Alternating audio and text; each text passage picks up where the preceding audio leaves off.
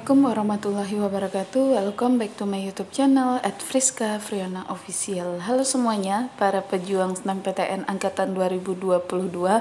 Kemarin kakak sudah share tentang informasi terbaru, tanggal-tanggal penting yang perlu kalian ketahui tentang SNMPTN 2022 atau Seleksi Nasional Masuk Perguruan Tinggi melalui jalur nilai rapor atau jalur pertama ya. Jadi di sini sekarang kakak mau ngebahas alur-alur yang harus kalian ikuti ketika kalian bisa atau lolos untuk mengikuti tes SNMPTN. Baik, tentunya kalian juga harus paham terlebih dahulu apa itu SNMPTN. SNMPTN adalah Seleksi Nasional Masuk Perguruan Tinggi yang kalian diseleksi melalui nilai rapor, terutama 6 mapel penting. Untuk IPS itu matematika, bahasa Inggris, bahasa Indonesia, fisika, kimia, dan biologi. Untuk sosum itu matematika, bahasa Inggris, bahasa Indonesia, eko, geo, dan sosio. Nah, tanpa berpanjang-panjang, menurut kakak hal yang juga harus kalian antisipasi sebelum mendaftar atau melakukan yang namanya registrasi SNMPTN, tentunya kalian memahami alur-alur yang harus kalian lewati atau kalian laksanakan nantinya ketika melakukan pendaftaran. Yang pertama itu ada step 1. Di sini step 1 adalah pengumuman kuota bagi sekolah sesuai dengan akreditasi dan jumlah siswa. Di sini ada pengumuman dulu, misalnya dalam satu kelas ada 30, misalnya siswa IPS kan itu jarang ya, lebih sedikit maksud kakak. Biasanya kalau contohnya di Kota Padang untuk SMA 1 Padang itu biasanya dia cuma punya 1 IPS. Dari kelas 1 IPS itu dia siswanya berjumlah 30 orang, dan yang akan bisa mengikuti seleksi SNMPTN atau kuota yang tersedia untuk mereka hanya 15 orang paling banyak. Step kedua itu registrasi akun LTMPT bagi sekolah. Wajib bagi sekolah yang belum mempunyai akun LTMPT itu untuk registrasi melalui halaman https://ltmpt.ic.id.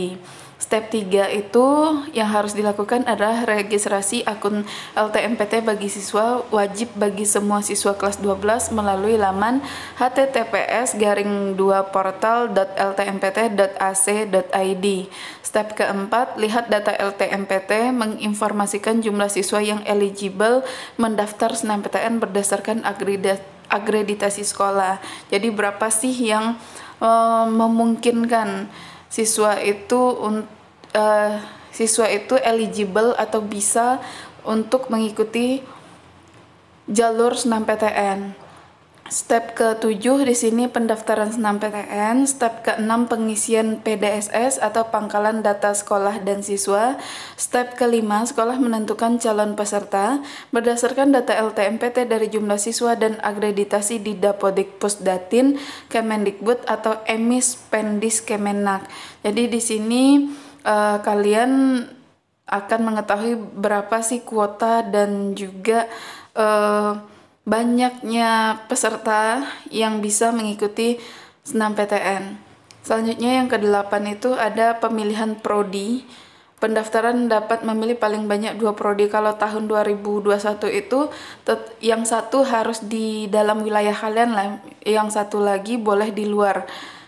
Contohnya gini, misalnya kakak dari SMA 1 Padang, berarti kakak harus memilih satu kampus itu yang berada di wilayah kakak, misalnya UNAN atau UNP. Boleh kakak milih dua-duanya di sini, dan boleh kakak milih satu di wilayah kakak, satu di Pulau Jawa. Tapi kalau nggak mau milih di wilayah kalian, boleh milih satu pilihan di luar wilayah kalian atau di Pulau Jawa, tapi nggak boleh 2 pilihan ya. Nomor 9 ini pengunggahan portofolio. Wajib bagi peserta yang memilih program studi. Ini biasanya untuk seni dan olahraga. Kalau seni biasanya jurusan misalnya FSRD, DKV itu wajib mengirimkan contoh gambar, ataupun yang olahraga itu kadang video. Yang ke-10, seleksi jalur SNMPTN berdasarkan kriteria yang sudah ditetapkan oleh masing-masing PTN. Jadi mereka mempunyai kewenangan penuh untuk menentukan kalian lolos atau tidak untuk mengikuti seleksi ini. Step ke-12 itu pendaftaran ulang sesuai dengan PTN termuat calon mahasiswa yang dinyatakan diterima.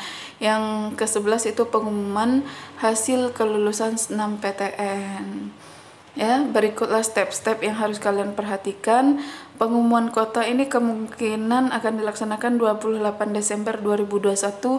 Layanan masa sanggah tentang kuota paling lambat itu 17 Januari 2022 ya, maksudnya pukul 15 atau jam 3. Oke, sekian dulu nih yang dapat di-share tentang step-step atau alur yang harus kalian ikuti ketika mengikuti tes 6 PTN. Semoga kalian kesempatan untuk mengikuti jalur ini. See you the next video. Thanks for watching. Assalamualaikum warahmatullahi wabarakatuh. Semangat.